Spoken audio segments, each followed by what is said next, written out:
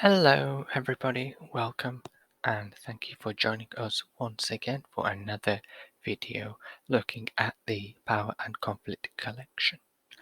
Okay, so we now move on to Storm on the Island by Seamus Heaney, and this is a Northern Irish or Irish in particular name.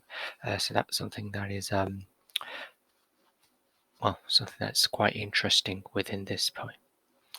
And the context is also in relation to Ireland and Northern Ireland and a lot of the struggles that are taking place. So whilst perhaps it may seem like it's a storm and it's quite random, it's actually not. So a lot of the historical context is something that you ought to be aware of here.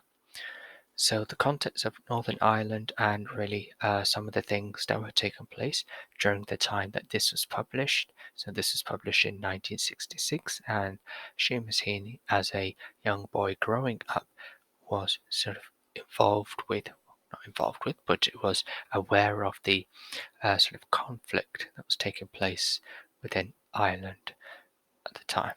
So and of course, this is in relation to sort of the split from the northern and the southern, or the Republic of Ireland. Okay, so we're not really going to go into too much detail of that, but you do want to just be aware of some of the things there that metaphorically, these are some of the things that are being mentioned as opposed to it just being a storm, which they are talking about. Okay, so let's have a look at some of the other points. And what the poem is about. So the narrator is describing how the group of individuals, could be a community, they are preparing themselves for a storm. A storm is headed their way, and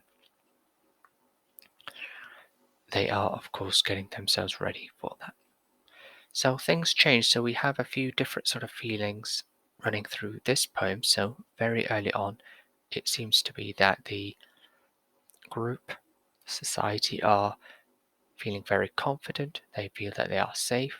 They've got a very strong and robust system in place, and they are ready for any storm or, as I say, wide reference could be any attack that may befall them.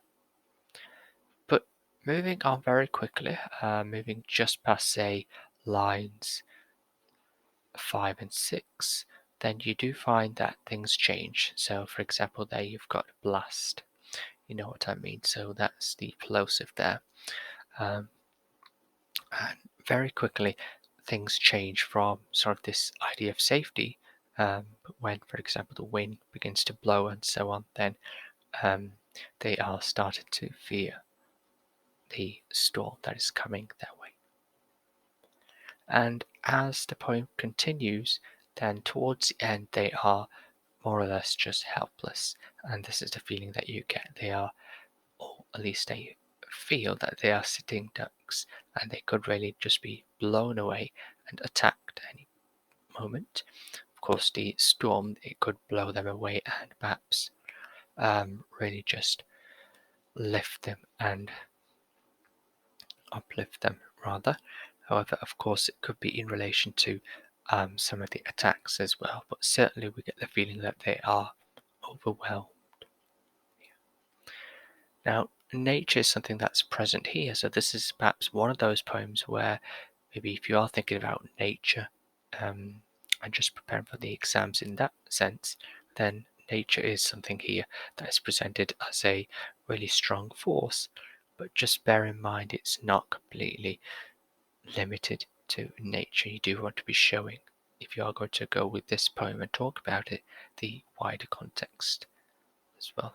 Just bring in some points about some of the divide, for example, the conflict between the Catholics and Protestants, and the Irish Republicans wanting independence from Britain and Britain's role within this as well.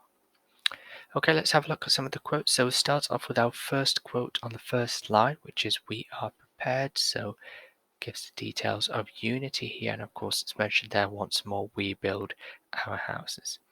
So really giving the idea that they feel united, they feel strong, and of course that's something that's shown there. So prepared seems to give the impression that they um, have understood what the enemy is about. So, you could say the storm, they've got that well figured, but the wider context could be that they have really the enemy well sort of sussed out and they know what they may be planning.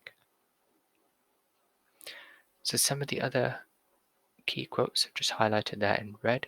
Go to the next one. So as we mentioned before, so the feelings change. And we've got the very windows spits like a tame cat.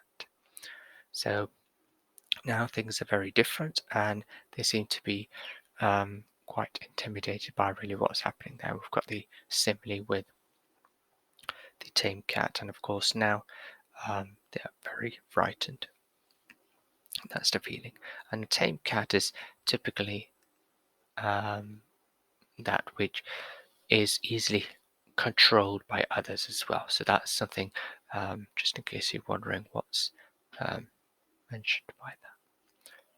So that's something that you may want to bring in, just assist with your language features. And then finally, strange, it is a huge nothing that we fear.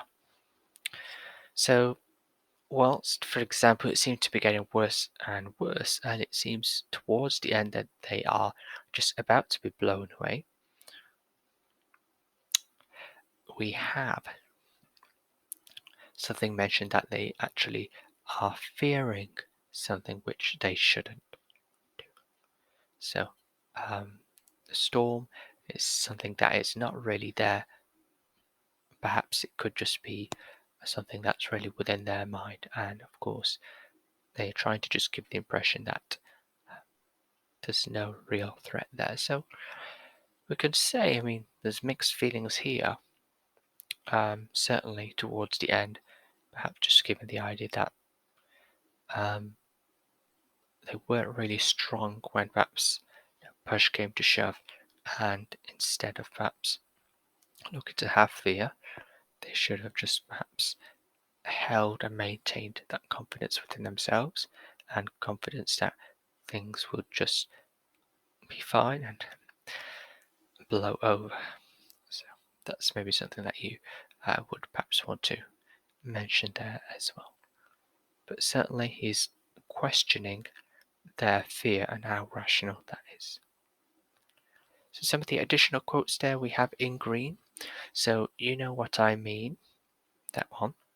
And also as well mentions a couple of lines later so that you can listen to the thing you fear as well. So it seems to be a little bit more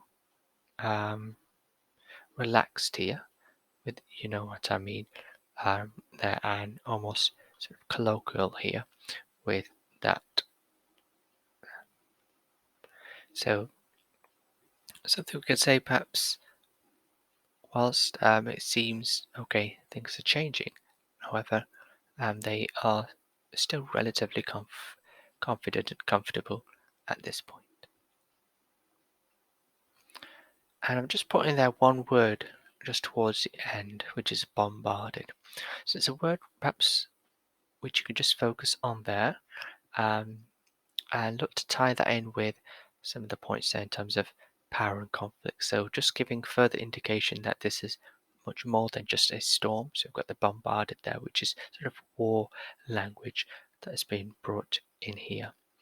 And the wind basically just being compared to a fighter plane as well. That's typically what you'd expect there. So from that, as I say, just allows us to make more connections really with the wider historical context and perhaps some of the things that were taking place. However, it seems to be also giving a strong account here towards the end how whilst they were terrified and shaken at some point, they still remained sort of still and were able to get through those difficult moments. Okay, so that's the poem of Storm on the Island by Seamus Heaney. Thank you very much for listening, and till next time, take care and bye for now.